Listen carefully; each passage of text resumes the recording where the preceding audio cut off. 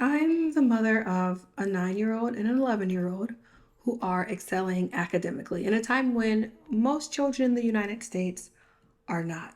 But what's the difference? It's not money, it's not natural intelligence. It's the five things I did consistently with my children when they were toddlers and young children.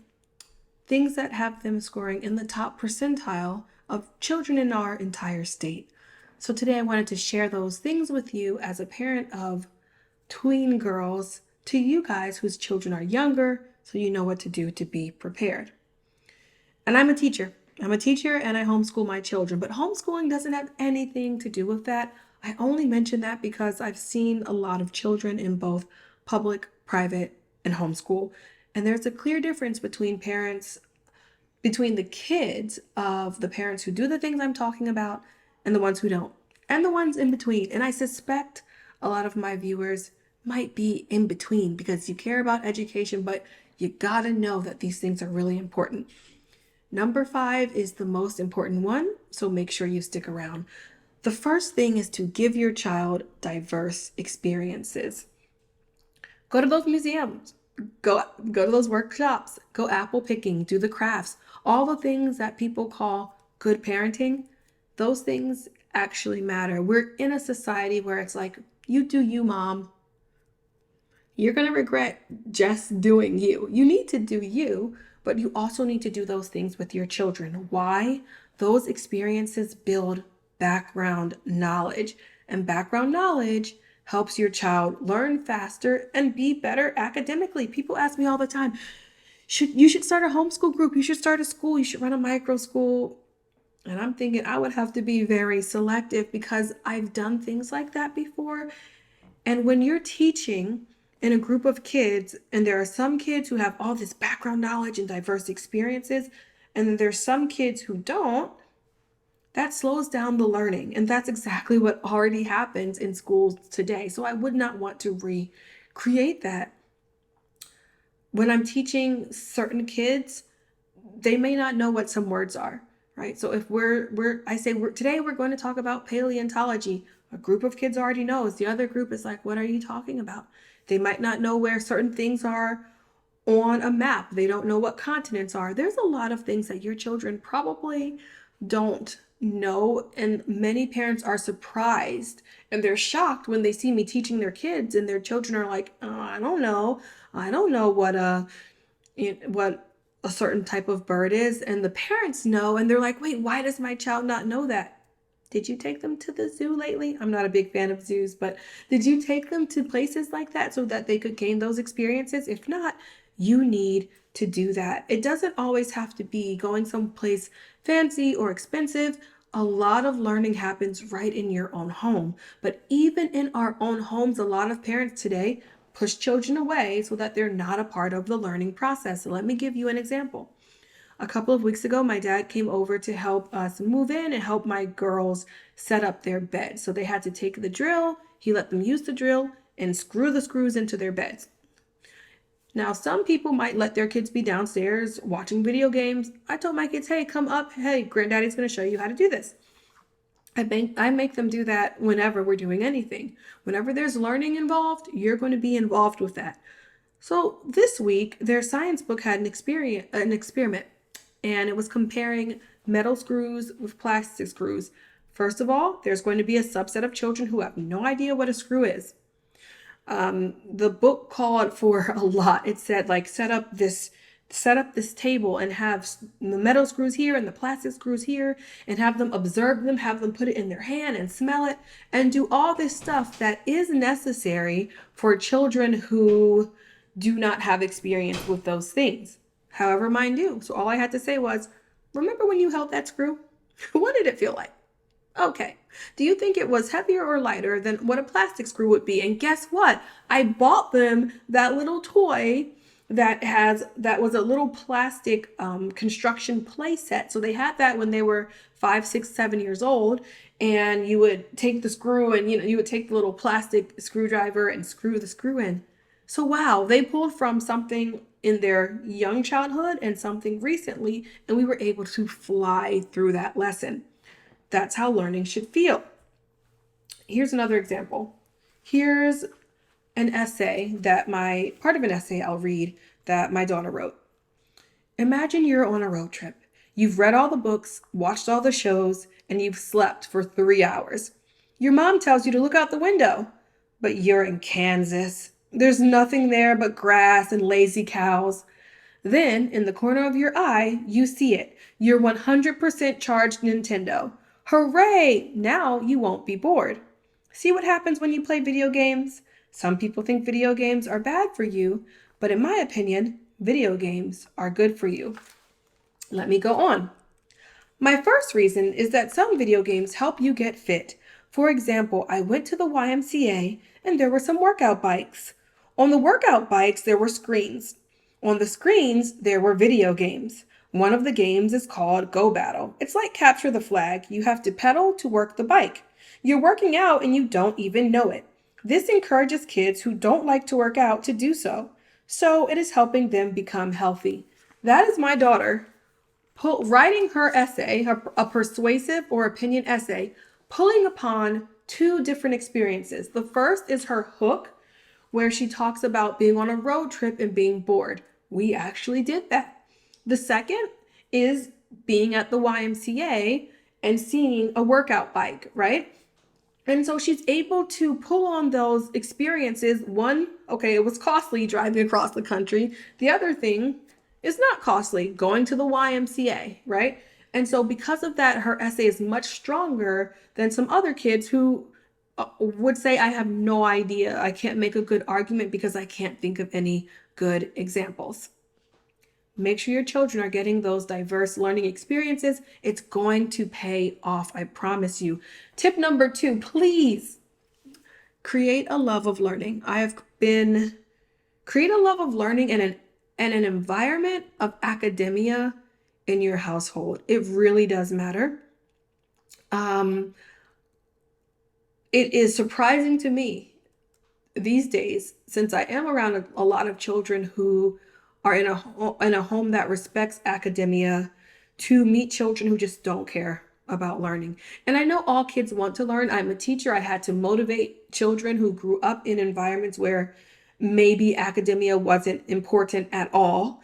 And so I understand that as a teacher, but for me, telling you as a parent, your home should be a place where academic achievement is valued and frankly, foolishness is discouraged. I'm going to tell you why. When you talk to, when someone talks to your child, when you talk to your children, you want them to love learning. It's easier to learn when you love learning, and it's easier to teach children who love learning. There's a subset of children who they learn very early on to frankly act dumb. And they do these little things and they talk like a cartoon character and they're like, what? Paleontology. What's that? That type of talk would never be tolerated in my house. If there's something you don't know, if there's something that you don't understand, we're going to approach it intelligently. You're not going to say, I have no clue what that is. Instead, you're going to say, that sounds so interesting. I'd love to learn more about that. Or I haven't heard about that before. What is it? Okay? It really does make a difference when I sit down here at a desk and I'm tutoring a child who has learned that it's almost like learned foolishness. And you have to jump through all these hoops to get them to realize, hey, don't act like that. It really is important. And I'm not talking about intelligence, okay? I do want to make sure that I say that because there are children and people who have high IQs, low IQs, somewhere in the middle. We know that everybody is brains differently. I grew up around children who back then we called it mental. And so I guess today we would just call it like learning differences or whatever, brain differences. But children who had a very, very, very hard time learning because either of just something natural or because of trauma that had happened to them, like shaken baby syndrome or something medical. And we still created an environment of academic excellence in our house.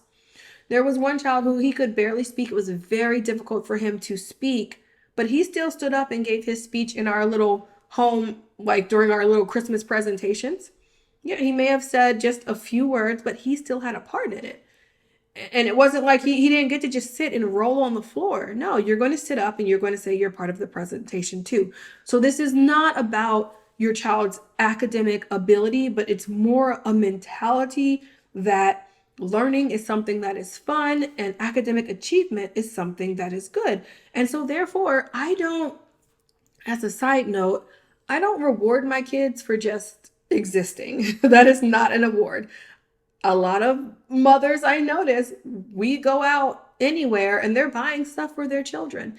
Today, in today's society, stuff is so cheap that even if you're broke, your kids can be spoiled.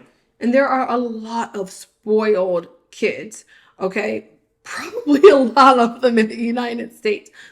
My kids are not going to be spoiled. When we go into Target, into Walmart, they don't get a bag of chips just because there's a bag of chips there and because I can afford it. No, save those things to reward and to encourage their academic achievement. Okay. The third thing I did was encourage independence in their learning early on. So, yes, take your 3-year-old, give them that pencil and sit them down with the workbook. Don't listen to those people who tell you, oh, kids shouldn't be doing that. They should just be running around wild. They don't also tell you that their child is still running around wild when they're in elementary, middle, and high school. Seriously, okay? Sit your child down. It doesn't have to be like 30 minutes a day. You can take your 3-year-old, sit them down for 5 minutes with a pencil, and tell them to do the workbook. Tell them to do their tracing. Tell them to do their coloring. There are children who have such a hard time doing that in upper elementary school and middle school because it wasn't enforced since they were 1, 2, and 3 years old. They just have to practice. It's a skill, and your child needs to practice it. Also, who wants to be fighting with a tween or teen, a middle schooler, to do their homework? Not me. That's for sure. Who wants to be having to sit there showing your child how to get on Zoom when they're 11, 12, and 13 years old? Not me. You're not going to want to do that. You're going to be okay doing it when they're little, okay? So make sure you do it when they're little so that you're not annoyed with it and that they're able to learn on their own when they're older. Also, we're in a world where they're going to need to learn on their own. There's so much that kids can learn on their own now.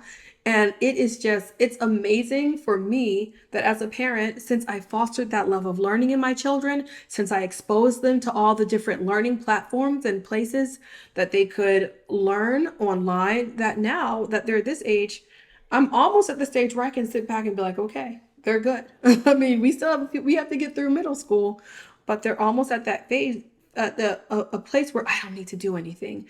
And I do know other parents who have children my same age and children of equal intelligence levels who are not able to do those things because they did not build the habits when they were younger.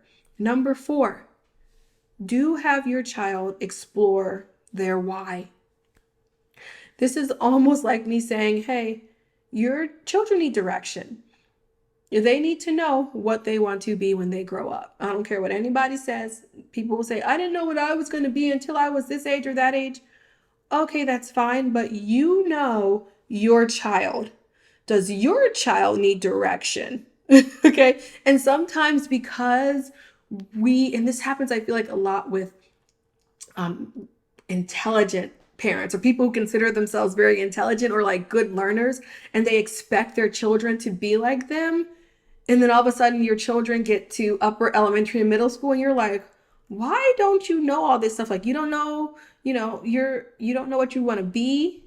No, they don't, because they needed you to foster that in them. So you don't want to get to college and your child be like, I have no clue what I want to do. And then they're 20s and they're still like, I have no clue. You needed to foster that in them a long time ago. Okay. So I tell my kids they can be anything and everything they want to be. So if they want to be a fashion designer and a marine biologist and go to the moon, fine, great. You can do all those things. Perfect.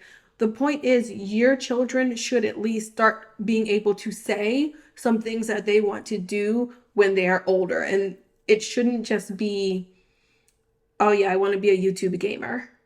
Okay. Because that's similar to saying, I want to be in the NFL. It may seem because you're on YouTube a lot that a lot of people can do it and be successful at it, but it's not true. It's like extremely hard work, and only maybe 1.1% of children growing up right now are going to be a YouTube gamer who makes money. Okay, so get them started in the right direction. Give them a few solid ideas of what they may want to be. And it doesn't mean that they have to be that, but at least they should have some direction. And that direction also helps them to work harder in life and to work harder at school. You know, I can say, hey, you said you want to be a fashion designer. You're going to need this when you're older. For so many children, they just have no sense that they're going to get older and do something. And so when you ask them, hey, what do you want to be when you're older? Because you might need this, they just look at you blankly. Don't do that. The last and the final thing, it's obvious, have your child read every single day. I know you already know this, but listen. Many people know this. Very few people actually do it. And there is a difference. There's a spectrum of people who are like clueless, don't have their child read at all, and people on this side who have their child read every single day. In between, there are people who try to encourage their children to read, and then there are people who have their child read like once a week or twice a week. You know, they're not ravenous readers.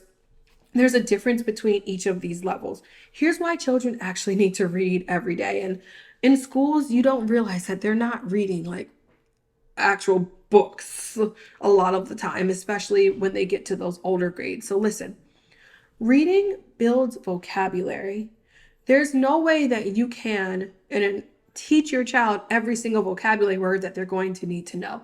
Nobody wants to do that. It's just like doing SAT prep or something like that. The way for them to get that vocabulary, to learn 3 or 4 vocabulary words every single day, which means your child could be learning up to 1,000, like over 1,000 vocabulary words every year, is to read. Okay. 2, it builds that background knowledge. So you may not have the ability to take your children everywhere. We don't have the ability to hop on a plane and take our kids to different countries all the time, but they can learn that through books, right? And also, obviously, it builds fluency, and that's the ability for a child to read quickly and to understand it, right? What it also builds is the ability for your child to read longer, bigger books. There's a jump between second and third grade. Second grade is your child is learning to read. Third grade is like now you're reading for understanding. But guess what? Because I'm looking ahead to middle school now that my daughter's in the 5th grade, and I'm like, whoo, this is another jump between 4th, 5th grade and 6th grade where we're deeply analyzing these novels. And then there's high school. Luckily for me, I have encouraged my children to read every single day. So reading a huge chapter book is nothing to them. When they get to high school, when they get to college and they're assigned to read a big text, that's going to be nothing to them. Because since they were younger, they've been reading every single day. So they can read quickly and they can understand that text.